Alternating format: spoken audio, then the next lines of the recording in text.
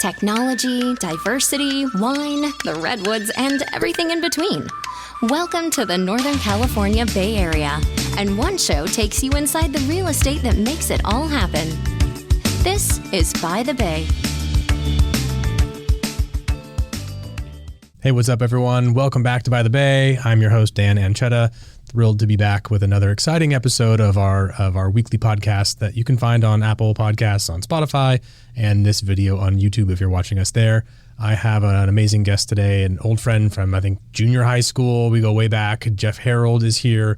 Jeff is the founder, proprietor, owner, etc. of Harold Construction Company, doing high-end residential construction. I'll let you kind of introduce yourself and go from there. So the conversation today is really about like this high-end, more than luxury, and you can kind of define what that looks like. Yeah. Construction, new build that you're doing, and that niche of construction that you found yourself in. So introduce yourself, and we'll go from there. Awesome. Yeah. Harold Construction Company is a company I founded just recently after 10 plus years in the high-end residential construction space. We focus on the Napa, Sonoma, Marin markets. I say high end, but we kind of look at luxury properties. Yeah. What is that scale? Like at what point does it cross the threshold and go into?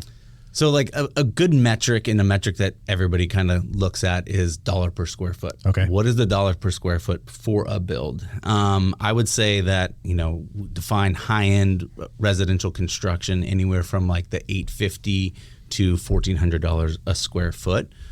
Price range. I know that sounds kind of crazy, but that is. I'm thinking like a 1x1 square. Yep. That's $1,400. That's what you're talking about. Wow. Yeah. That's a conditioned space usually. Right. So not talking about like landscape and other kind of. Okay.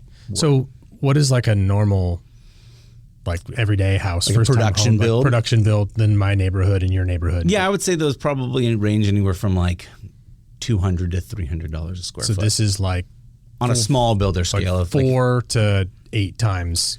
Yeah, and they all vary, right? It's all kind of varied on, the design has a big impact on that, and the level of finishes have a big impact on that. That's why when everybody kind of says like, well, what's the dollar per square foot for this? And it's a really hard thing to define because each project is different. Right. None of the projects are the same. That's kind of what makes it custom, right? So like the finishes and the level of finishes and the detailing and the architectural elements within the house change from each project. Right. Of course. Yeah. Because no one wants, if you're spending that amount of money per square foot, you don't want someone that just like copy of someone else's thing. You want it to be your own thing that you've imagined, that you've put there. And I imagine that you're building these things, and you can tell us in kind of interesting locations, right? Like it has to be with an amazing view and this and a that. So maybe where you're actually positioning the home might be complicated in a way. There like, for instance, we on my last company, we built this house on a 300-acre property, right? Okay. You could put it anywhere, but it's on the highest hill with the tightest access. That impacts the build cost overall, right? Right.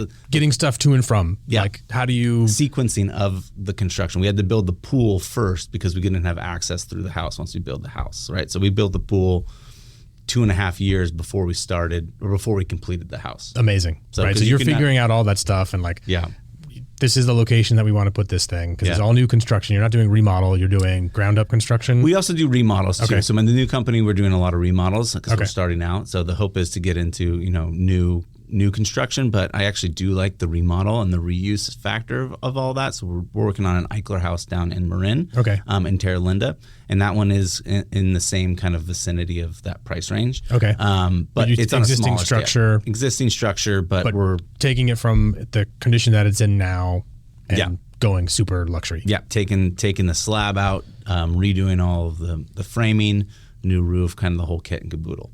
On that job. So that one's exciting. We just started demo on that one. Wow. Congratulations. First job at the new... First one, yeah. At the new company. Yeah. That's super exciting. Really exciting. I want to talk about like that entrepreneurial moment that you had later in the show, so I'll try to remember to bring that up.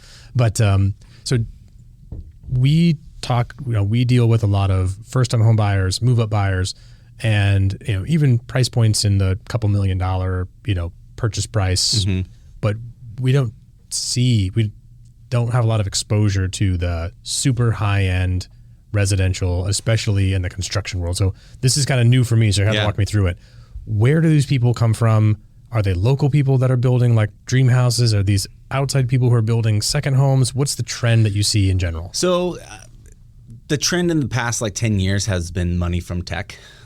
Tech coming in and kind of going into high desirable areas. Healdsburg has been a big hot place for us. Okay. What they're looking for is more of like, they want to be secluded, but also close to amenities, right? They want to be close to fine dining. They want to be close to within a reasonable drive. Yeah, but an Uber ride or not, right? Right. But like they don't want to be right downtown. They want to have that acreage and that secludedness of the home. So they're finding rural properties that are zoned for having some residential element. Yeah, and usually it's bringing infrastructure into the project too. So like there usually isn't roads or power or any of that. So you're kind of bringing all the infrastructure into the property as well. No roads, no power, no septic, raw land. no nothing. It's just raw land. So you're taking everything from digging a well and putting in a septic system to how do you get the road out there and engineering that to make sure. Right. Usually that's all planned with the consultant. So we'll have like a civil engineer. Right. We'll have an architect, a structural engineer,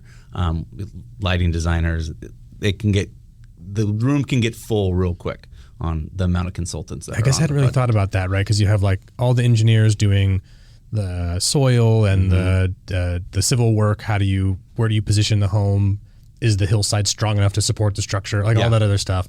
And then you have, lighting consultants and then the structural engineers, because I'm sure there's interesting architectural designs that require engineering work. Lots of engineering work. And that usually comes to us in like a package and a bid set of drawings. So you're getting involved. That pre-planning is done before us. So so the homeowner buys the site, they'd say, this is the spot, right? The least accessible place with the best view, typically, I'm sure.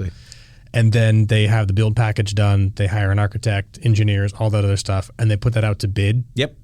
Typically, and that's when you get involved. That's when I get involved. Okay. Yeah. And that process can be an involved process. That kind of design process can be a year or two to kind of get to that point where they have a solid set of documentation to do a bid set and a bid comparison. Right. So, but by the time you're getting to it, it's close to being shovel ready or already is, where they've gone through the permitting process. They've figured out what type of things they need to be and where they're going to put the septic. All that other stuff's been figured out, and then you get involved, and then you general the whole thing and oversee the entire project from there. Correct. Yeah, and we actually like to be involved if we can a little bit earlier in the pre-construction process, because that's where we can kind of add value to the project. Sure, we can kind of look at some of the constructability that they're kind of designing in and be like, hey, there might be a smarter way to achieve this at a better value. Because despite the amount of financial capital that these people have, what I've realized is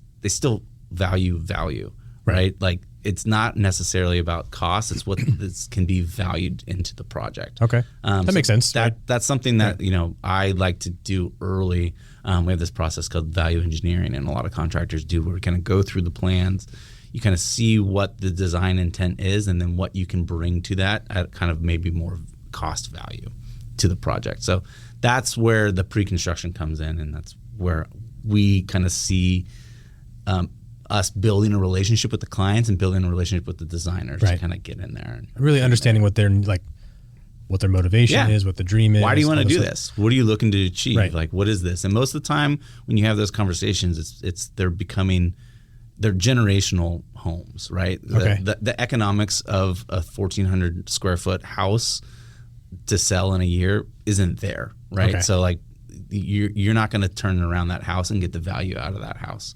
So these are like legacy building. Correct. Like this is the spot where the family retreats to. It's the weekend vacation retreat, that type of thing. And like maybe in 3 generations, then that value will come back out of that house.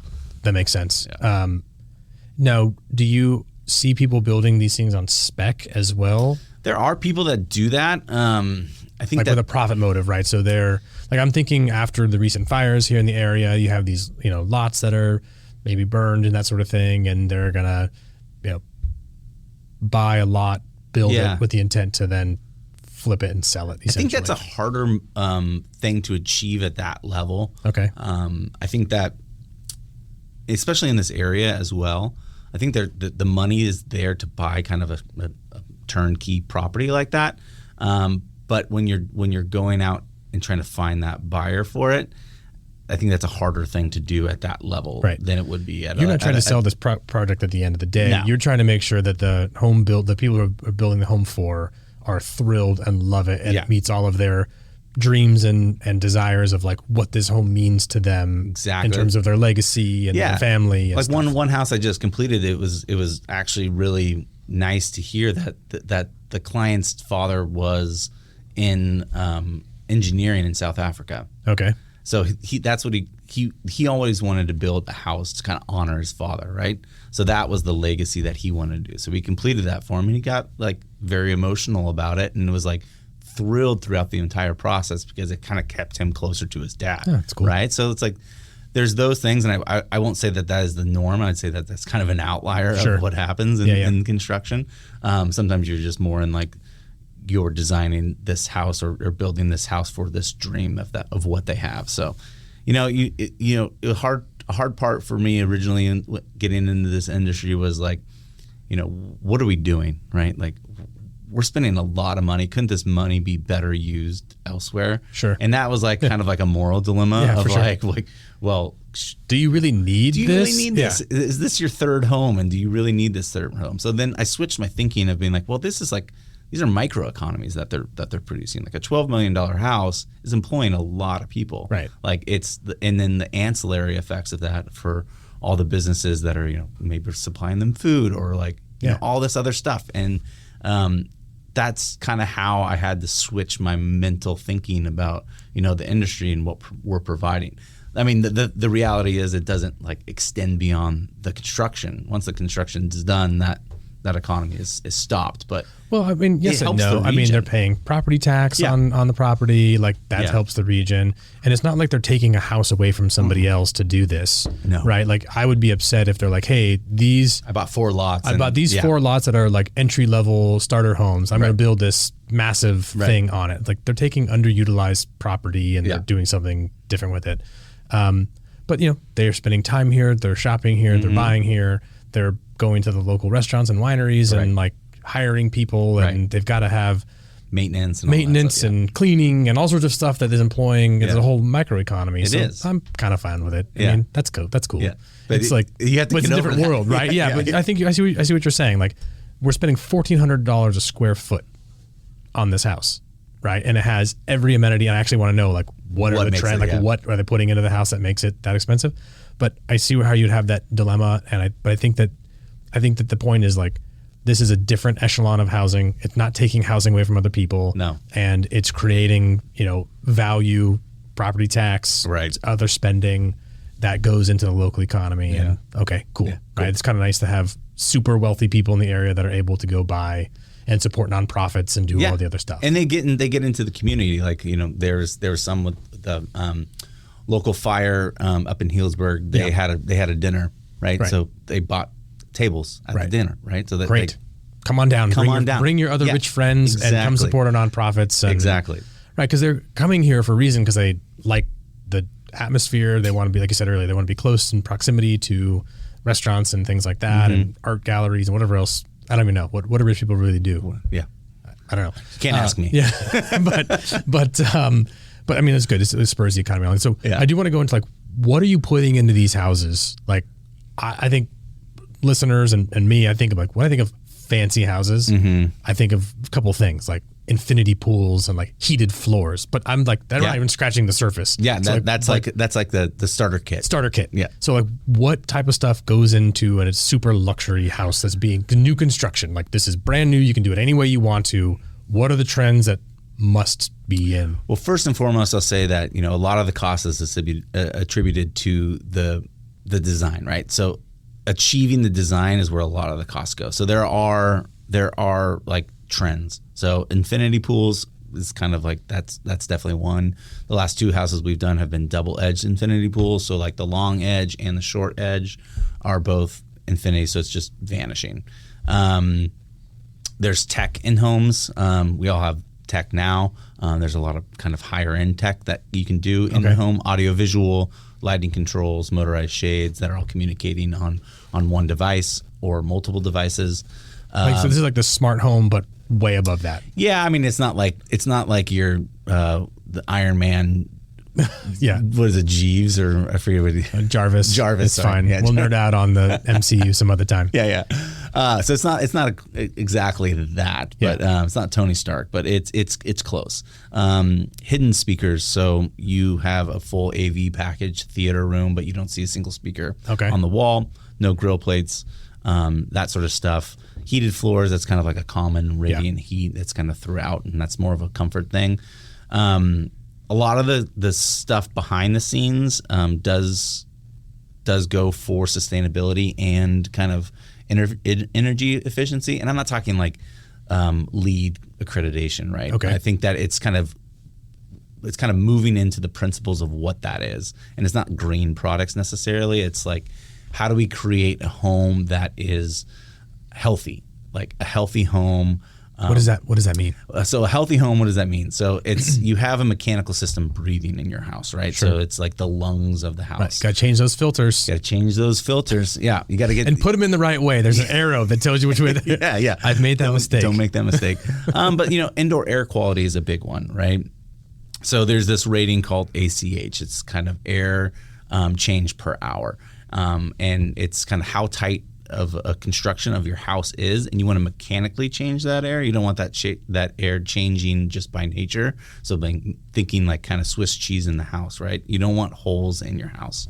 So those are the details I'm talking about of like where construction costs can start getting expensive in that way. You don't necessarily see those things. It's not the gold-plated toilets that you might see in some places, but like it's kind of what makes these homes healthy and habitable for generations. Okay. And those are the things that clients don't see as important, but when you start talking about them and like what you need to do to achieve it, they get it. And they're like, yeah, of course I want indoor air quality that's healthy for my family.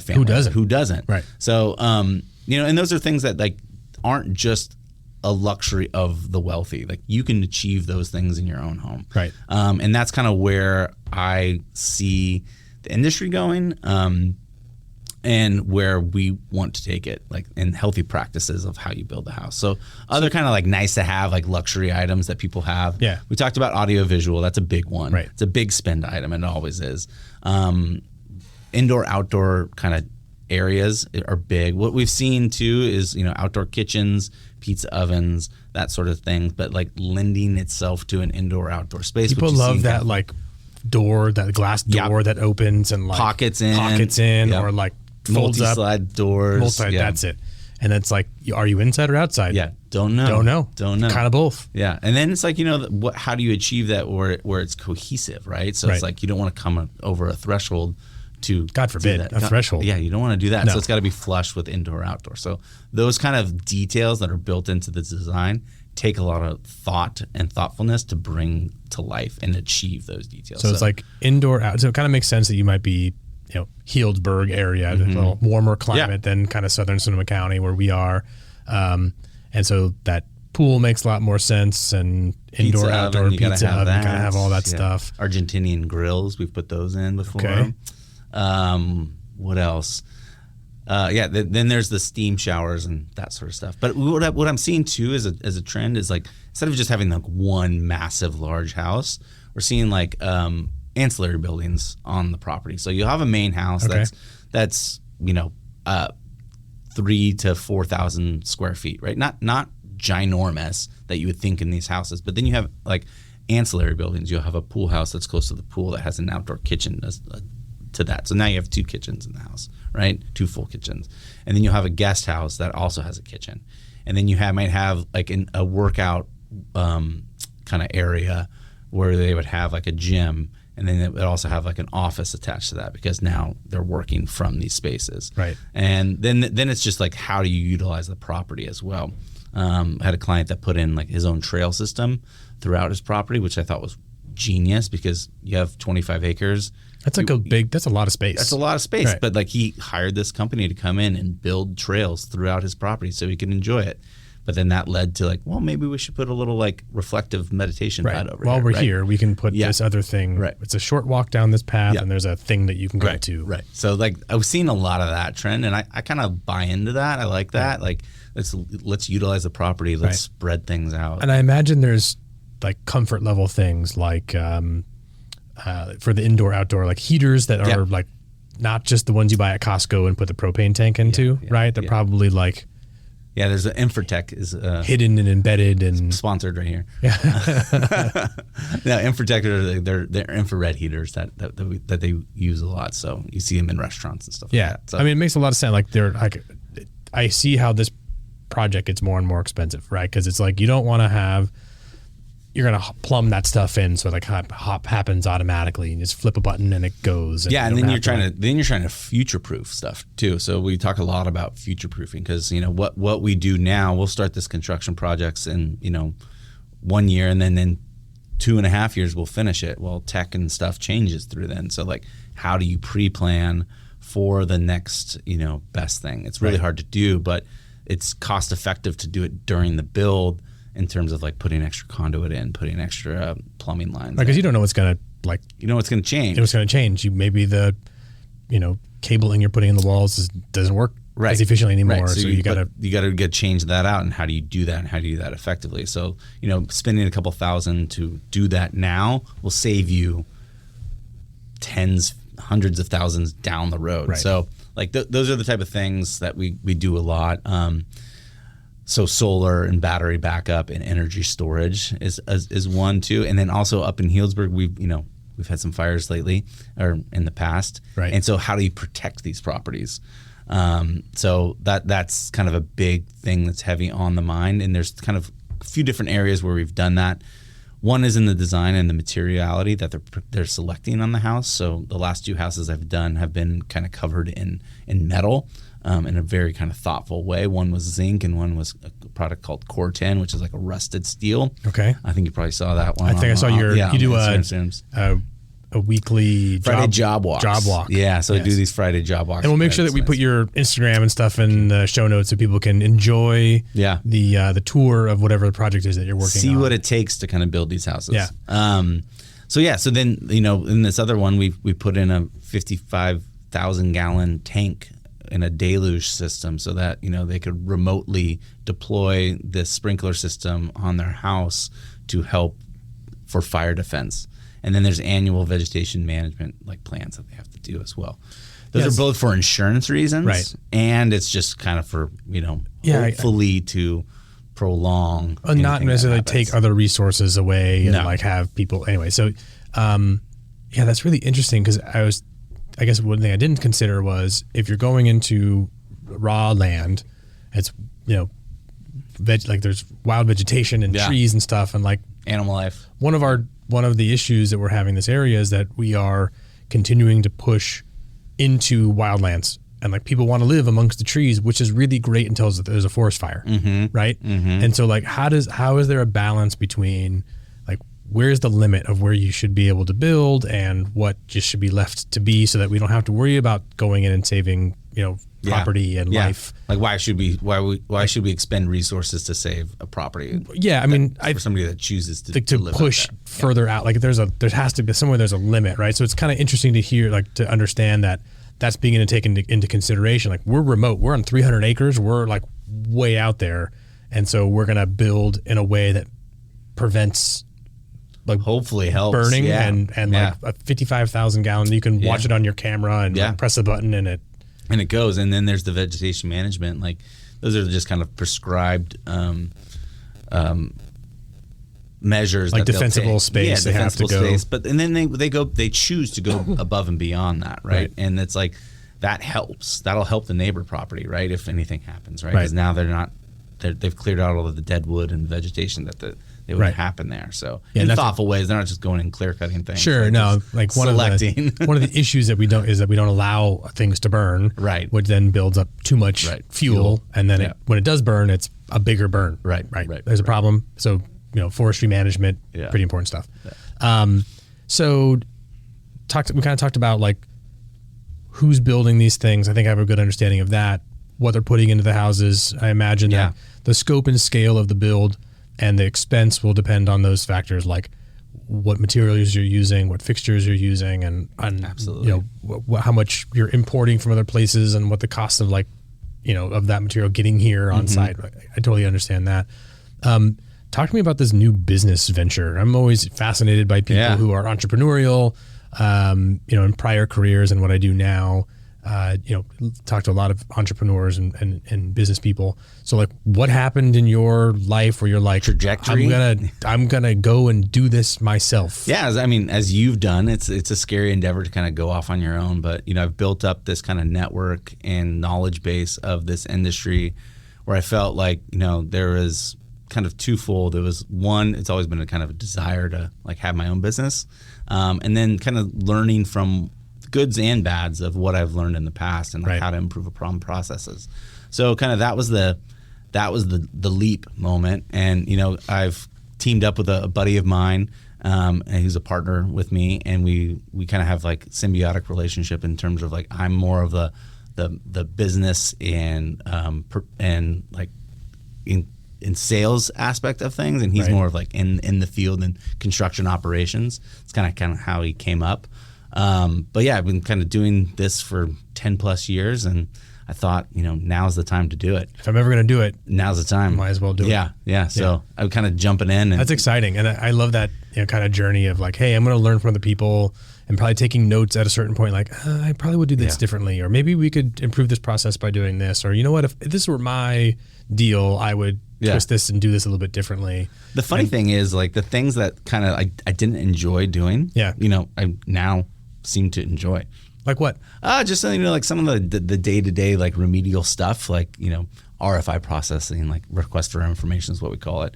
And kind of those tasks were they're not the fun, sexy part of it, but now I like it. It's weird. Like, there's a change in kind of the mental, you know, aspect of, hey, this is your own thing. Like, now you're enjoying it to do it. And that's been a cool kind of turn of events, because there was a burnout factor that I had probably about a year and a half ago of just like, what am I doing with this? Like, where am I going? And then, like, just totally burnt out on these projects because they're long. Like, I was, my last company that on my desk was the project we just finished. So it's like, that was 4.5 years of my life spent on one project. So it's like, that's a long time to be attributed to one thing.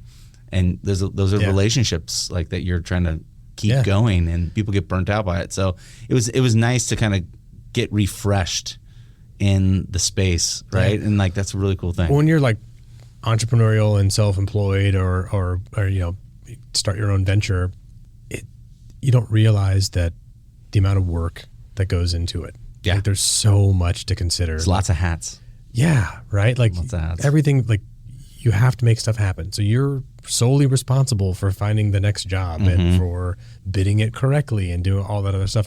But also, you have to think about your taxes and your cash flow and your progress payments and your collection and your... And how do you manage that? How do you manage all that time? And then, you know, taking care of your clients and making sure, like, there's so much to it that people, until you do it, like, you just have no idea. There's no way to understand what it's like until you've put on that, you know, put on that. And then being a family man like yourself, right? Like, how do you balance? It's a hard balance. How do you balance all of that? How do you turn it off? Because you want to, like, bring it home, even though I'm currently working from home. But, like, that's kind of like the dichotomy of, like, well, I could keep going. Yeah, I could keep doing this. Well, I think that's part of the maturity that probably you learned in that 10 years of working for someone else, right? Like, if you started, I was 30 doing this, probably would have not have that the awareness to have the boundary. Right. And I think there's days where the boundary gets blown through because it's like, I've got to do this thing. And like, I just can't, like, I'm obsessed with this and I have to finish it. I need your support to get that done. Yeah. But I think that that's a maturity thing that just there's no way to really know. And until you're a little older and you have a little bit more perspective on stuff where you're like, hey, you know what? No one, like, everything's going to be fine if this happens tomorrow. And right now the need is that my 5-year-old needs my attention. Right. And that's the other thing I saw with other companies, like good and bad, is like growth, right? Like, how do you do growth? Like, I'm an organic growth type of guy. Yep. Like, I'm not going to go push it just to push it. I'm not trying to build the biggest construction company in Sonoma County or the region. Like, I want to build quality, right? I want to pay attention. I want to be able to pay attention. That'll come and that'll grow naturally, but I'm not going to force that growth. And 'cause that's where I see people get overextended so much, is they force that, and then it becomes too big. The ironic thing is that by doing it the right way, exponential growth will happen on its own. Yeah. Right. If you try to force the exponential growth, you might have early success, but it will dwindle and die. If you do business the right way for the right reasons, then your business will continue to multiply exponentially, because you'll attract the right type of people, and it will be more fun and more profitable, and a better time. And then you see people, a hard lesson to learn. I've learned it before, but it's totally like that's 100% true and real. Like, you're doing business the right way for the right reasons, impacting lives and understanding, like taking care of people, clients, and your staff and subs. Do that the right, just continue on that path, and good things happen. Yeah. And it's like, I want to work on my business, not in my business. And I see that people, when they have that growth, they just continue to work in it. Yeah. And like, then you can't ever get out of that wheel. And I think that's a really important distinction. Like, I've seen a lot of entrepreneurs fail meaning their business goes out. They probably learned a lot, which is a success, but they don't end up being successful because they, it's like the person who's really great at baking pies, and everyone's like, you should bake pies. And they're like, yeah, everyone loves my pies. So they do that, but they don't realize that, like, baking pies is not the business. Yeah. Selling pies is the business. And then they wind up burning out and they're hating baking pies because they get away from the thing they loved, because the business part, which is the difficult, it's the sales, it's the management, it's the bookkeeping, it's all the stuff besides process improvements and all this other stuff. That's the draining hard part. And you have to understand that when you're in business, you have to oftentimes give up the working in the business and like swinging the hammer or baking the pie and let someone else do that, because your highest and best use as the owner entrepreneur is running the business and in making sure that the processes are being followed and that everything is being done. That's correctly. a really hard thing to give up that, right? Like, because especially when you're trying to build your business out of the quality, right? So if you're trying to, like, I don't want to say outsource your work, but like, it's essentially what you're doing, right? And like, so how do you keep tabs on keep that quality consistent across project to project? Yeah. And that's kind of where, I'm lucky in the fact that my business partner is that guy, right? And like, he has that skill set, and he's construction operations, and he can keep eye on all that stuff. Yeah, and that's so like that's great. Great sign that you've like been paying attention and learning, right? Because oftentimes we think that we could do it all, and you can't. And one of the things like I struggled with in my business was the hiring of the first assistant to like do the things in the background that no one knows is happening, but everyone thought it was me doing it. And my coach at the time was like, hey, here's the thing. You have to keep telling yourself, only do the things that only you can do. Only do the things that only you can do. If someone else can do it, let them do it. Let them. Yeah. Because there's plenty of stuff that only you can do, right? You're the only Jeff Harold of Harold Construction. Right. Like, you're the face of the company. Like, no one can do that job besides you. Somebody else can, bid out a job, or they can do the bookkeeping, or they can pay the bills, or they can do lots of other things.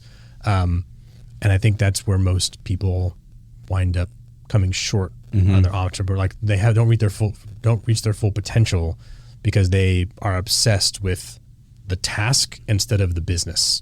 Does that make sense? Yeah, that's the entrepreneurial spirit, right? Right. Like, you want to go out and do that, but then you got to kind of let go of that. You got to be now. You got to put the business hat on. You got to figure out how to make it look seamless. Like, I'm still in it, right? Like, I'm still the branding and the quality is still the same, right? But now you have to lean on other people to be able to execute these things. And I think like one thing I've learned is that it's good to know if you can be like the number one, like you could be the entrepreneur, the number one, or if you're better, number two. Right. Like, if you still have the entrepreneurial spirit, but you don't want to be the person, you want to be like the chief of staff to the person, right? Like, that's a perfectly fine role to the have. regional manager. Exactly, right.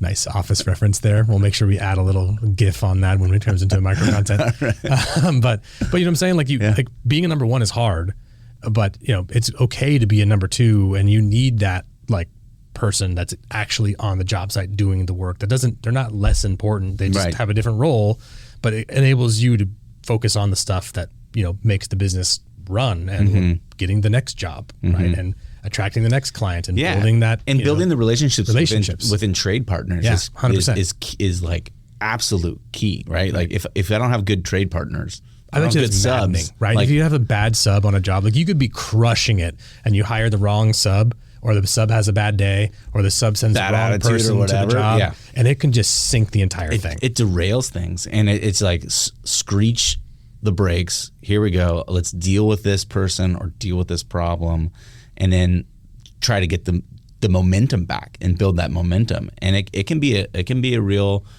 time suck and kind of energy suck out of the project, where you're just like, okay, I got this bad apple, like, and it happens. And that's kind of the one thing that I've learned on these high-end residential long lead time, long projects, is that, the relationships get strained, right? So like, me going forward in the business, like, even though I've done these, 4-year, 1,400 square foot, price houses, like it's not exactly the model I'm going after anymore. Right. Like, those are nice to haves and those are great pictures on Instagram and things like that. But, I don't think that's really where I'm best suited any longer. I think my having learned from those experiences lend me to kind of like the middle market, right? The $3 to $5 million builds, right? Those are really kind of where that's like the we're sweet positioning spot, it. right? That's where I'm positioning ourselves. I'm hoping to. Let's bring that learned experience from these larger projects and larger companies. Let's scale it down a little bit, and let's bring that quality to the projects that we're doing for, almost not like everyday people. Like the project we're doing in Marin, the clients are moving back, and this is going to be their forever home. Their kids are graduating, and now they're moving back, and they want this house to be top notch, and it's a jewel box, and this is what they want. Well, I have the trade partners that we've used on these other ones. We're scaling it down a little bit to get there, right. But it demands that same level of quality, and I think that market's out there, and I think that market's a healthy market. I don't think it's going away either. Like I think that we're insulated in this region for a number of factors. Like we're in proximity to a lot of great things, a lot of wealth from Silicon Valley and tech, wherever that goes currently, who knows, but it's sticking around for a while, and finance as well. Also, we have really cool stuff. Like we're 20 minutes from the ocean. We have great wine. We have great restaurants. Like people are going to want to build those types of houses for sure if they can. And if they can afford it, then they're going to do it. Yeah, I think the remodel avenue is pretty interesting. There's just like not enough there's not a lot of construction happening, but there's a lot of like older, historic, large, properties that need love. Who are in those properties currently? Right. Like those, like there's going to be a shift too. Of like at some point they're not going to want these huge houses that they had when they had 3 kids, right? Yeah. That generation is going to downsize at some point. I think it's exciting to think about, like you said, it's a unique area, and it's cool that these older structures will kind of be given new life, and the look and feel of the historic home that was built in the late 1800s, early 1900s, right, can be sustained because it's been totally redone, and the next generations will still have that home in the future. Yeah. Right? Like that the economics here are okay with that, instead of like, let's bulldoze it and put up a McMansion in a box and do the whole thing. Right. Like I like that there will be the historic charm and character, not just in like Petaluma, but like Healdsburg and all these other places. Like that look and feel will be sustained for a long time because of the amount of wealth that's here. Yeah, and let's people hope are willing to, spend the money to revitalize and do that. So I think, what do you think like the future is going to be for you and your business? Is it going to be more so the remodel stuff, like 50-50, or? I mean, probably 50-50. I'd see us continuing down that road of remodels and new construction. I think new construction lends itself well financially. I think remodels can be a lot more difficult because you don't know what you don't know what you don't know. Like on a very small scale, we learned that lesson with ours, and I think everybody has. A lot of people have. Ah, man, if I would have known everything going in, maybe we would have made a different decision. Yeah. I don't know. We probably still would have done it, but it would have been nice to know. See, that's the thing. Like most people after the end of it, they still say that. Like, I probably still would have done it.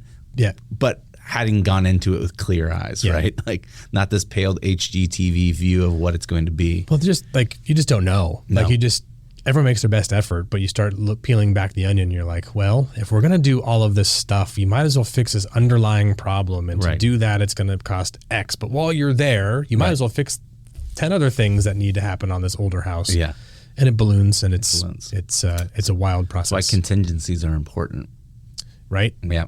Owner contingency and a contractor contingency. I'll definitely say that. If you're ever doing a project, you have a construction contingency for errors and omissions that inevitably happen by the contractor or their trade partners, right? Like I didn't think that this room got tile in it. Well, it says it on the plans. That's not an owner problem. That's a contractor problem. Right.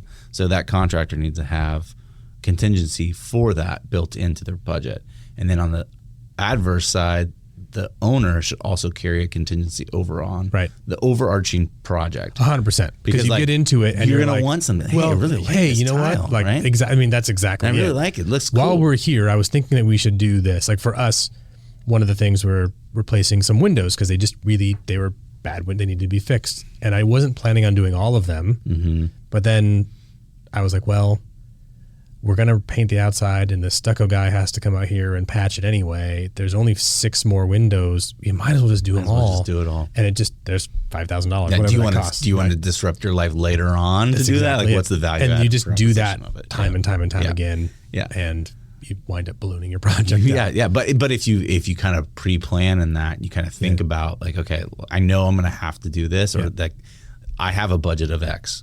I'm going to pull a little bit more on that budget just to make sure at the end of the day, I'm not going to tell. The hard part is that's probably the only big project I'll ever do to that scale. And now I've learned all my lessons. So I would do it way more efficiently and like have that view having been through it once. But I don't think we'll ever do it again. So it's kind of a bummer. Because I wish if we were to do it again, I would have a completely different view on it and know how to shuffle things around a little bit. And did you find the anxieties of the project too? Like so much anxiety. You're happy to get into it, right? Yeah. And then you're like, there's this lull in the project. There was like probably 3 weeks in, I was like, we made a huge mistake. Right. We shouldn't have done this. But now it's too late because they've ripped everything out and now we are committed. Yeah. And that's the other aspect of like the business is like I'm definitely like a relationship manager, like almost to the point of like a marriage counselor, because there's a lot of times you're having the husband and wife disagree on everything, and then like one is very emotional about it and one is like totally oblivious and one's not spending the time that's needed on the project, and then there's conflict that inevitably happens. But what I try to lay out in the beginning of the kickoff meeting is like, look, everybody's happy right now. Like we're gonna do our best to maintain that, but there's gonna be ebbs and flows in this process. Like you're gonna see both like emotionally and just like visually, right? Like you're gonna see us demo the house in like 3 days, right? It's gonna be completely bare bones, and then it's gonna stay like that for like a really long time. But stuff's getting done, but you just don't see it on the daily. You don't know all the things that are going into it, and then we're like, we'll put the drywall up, and you'll be transformed, right? And then it's going to stay like that for like a really long time. And then the finishes and the pretty things are going to start going. And then you're going to be like, well, why can't I move in? Yeah. You're like, just give us a little bit more time. It seems like the last like month, like 90% of the work happened. I know that's not true, but that's what it looked like. That's where it comes together, right? And fortunately, my wife and I were totally on the same page. We communicated through it. Like we knew it was good and bad, and we made decisions together. So that part was fine. I think the part where I felt anxious about it was just like, what is this going to cost? And like, do I feel like I'm getting the value out of this? Not necessarily like return on investment, but more so like, am I making the right decision? Am I making the right decision? I can do other things with these funds. Is this the right thing to be doing? And it's hard to know when you're not living in it and everything else. But you know, at the end of we've been in about a year and a half post construction, and it's great. Yeah, no complaints. I mean, that's the other thing is like I also tell them like, hey, you're gonna at times not like me, right? But at the end of the day, my goal is that you invite me back to the house for the pool party and pizza party. That's all I care about. Do you get invited? Yeah, I did. The last 2 times I've gotten invited back, and it was like, there you go. I was telling my wife, I was like, this is just like the best experience. Like it's like so rewarding to like be there, seeing the family, kind of like the kids jumping in the pool, the pizza's being made. And you're like, I remember when that was we're standing here going, we're not trying to get this crane in here, but you did it. Exactly. And like those are the cool kind of special moments that kind of lean me like, okay, I'll do another one. Like you're like, oh, I don't know if I'll do it again. I'm like, okay, let's do this. Let's gear up. Let's go for another one. So it's pretty fun. Cool. Well, dude, I appreciate you coming on the show, and I think that that market, I'm like I said, totally unaware of it because most people who are doing that are paying cash. They've got like crazy. They're not lending wealth. They're not coming to me for a loan. So it's very interesting to kind of get a view into that world of residential real estate that exists right here. That we just don't get a lot of exposure to. So I appreciate you kind of showing us that. And we'll make sure we link up to you so people can see your job walks and see all of your other stuff. And if anyone needs to get a hold of you, they'll be able to get to you there. And yeah, man, appreciate you coming on. Awesome. Thanks, Dan. Appreciate it. See ya.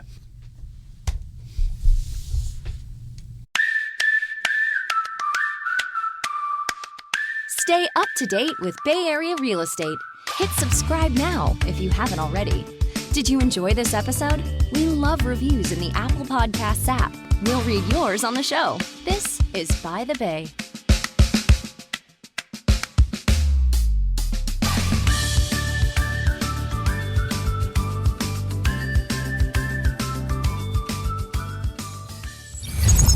London Ear Media.